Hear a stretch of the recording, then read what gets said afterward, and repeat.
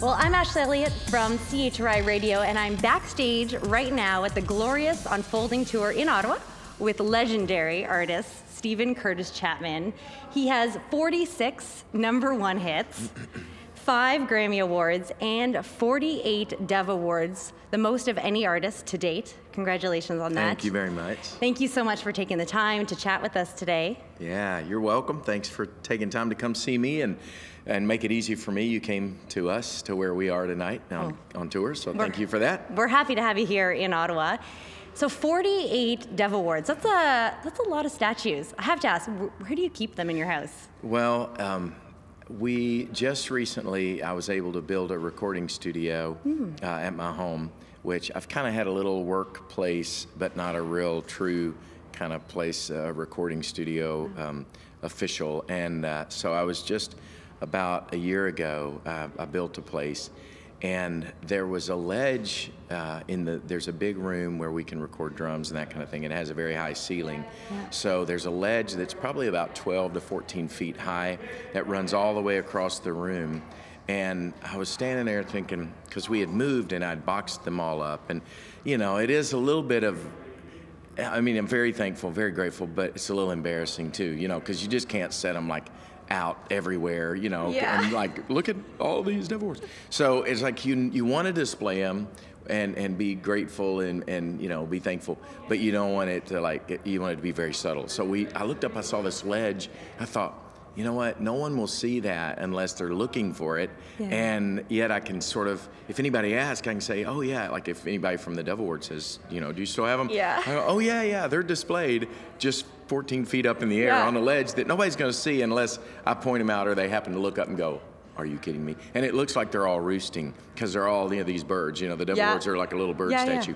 So they're all roosting on this ledge in my recording studio. It seemed like an appropriate place. So it's inspiration. You know, I look up there and go, okay, yeah, that's good. And but not too obnoxious, I guess, is the I like the that. key. Yeah, it's like a border in the room. Exactly. Yeah, it's nice, subtle. Yeah, it's great. Well, this new album, The Glorious Unfolding, first album with brand new music in 7 years for you. What were you trying to tell with this new album? Well, for those who know our story, and some who are true like fans and followers of my music, might be at home, you know, watching this saying, "No, there was new music in those 7 years." Because I have a lot of people say that, because there was an album called Beauty Will Rise, which was all new music that I guess released about 5 years ago.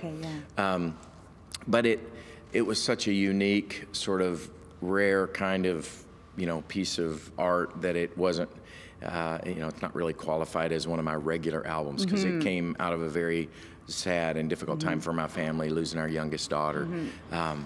And so those songs were very much kind of like laments and psalms, and it just didn't feel like it even belonged in kind of the category of regular albums. So that's why, you know, if people read the press releases, they'll say, you know, the first album of new music in 7 years. And really, I think in many ways it is an album of kind of the first one in that many years that I felt ready to kind of explore artistically and musically all of the journey that my life has been on in the last really 26 years since my first album came out, but the last 6 years particularly, because it was 6 years ago this May that we lost our daughter.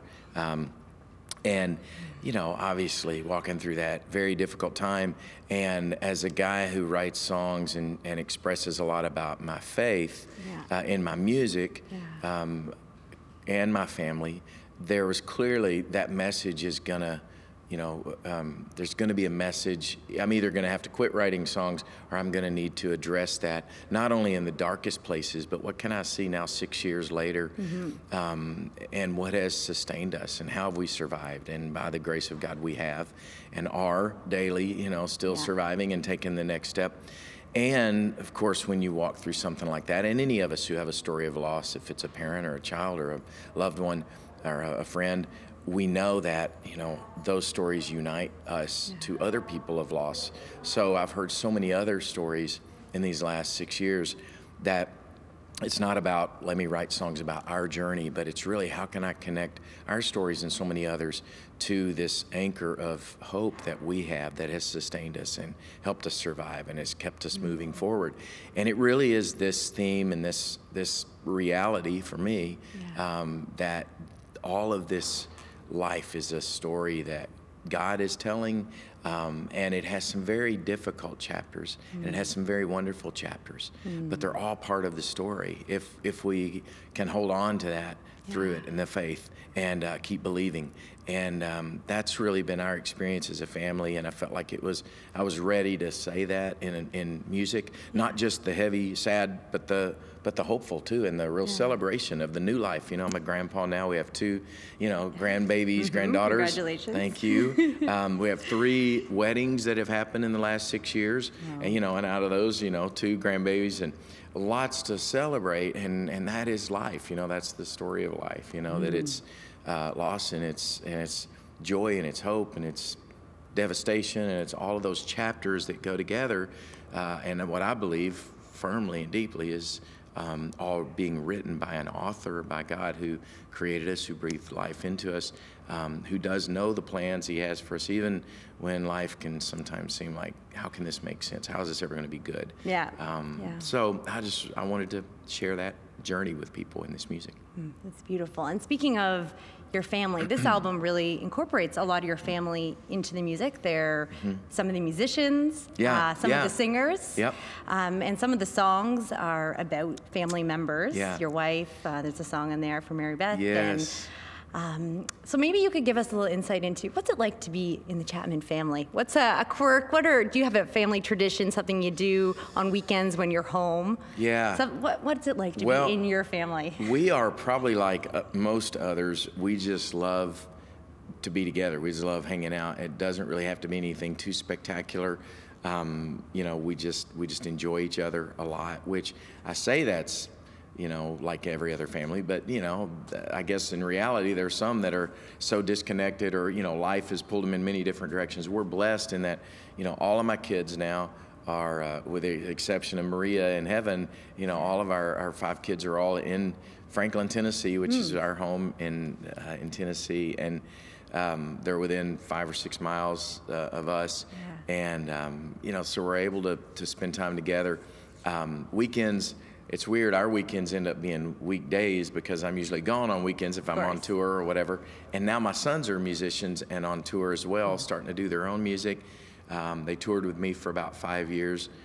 My son Will, who's a drummer who toured playing drums for me, married a girl who's also a singer-songwriter.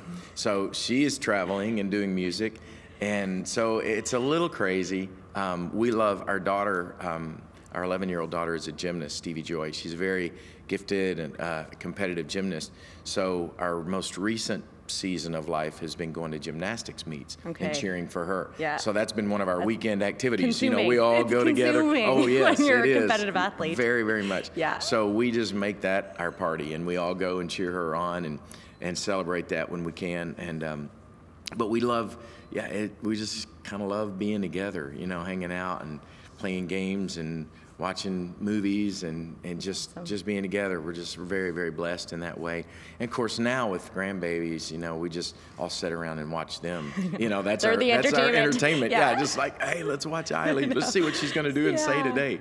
So that kind of keeps us, occupied. That's great. Well, it's so good to hear just the progress that's happened over these past 6 years, what you've been through, and the fact that you're able to share that, and I know encourage so many listeners of ours with your story and people around the globe with it. So thank you, and we look forward to seeing all that God is going to do in your life and your family's life in the next years to come.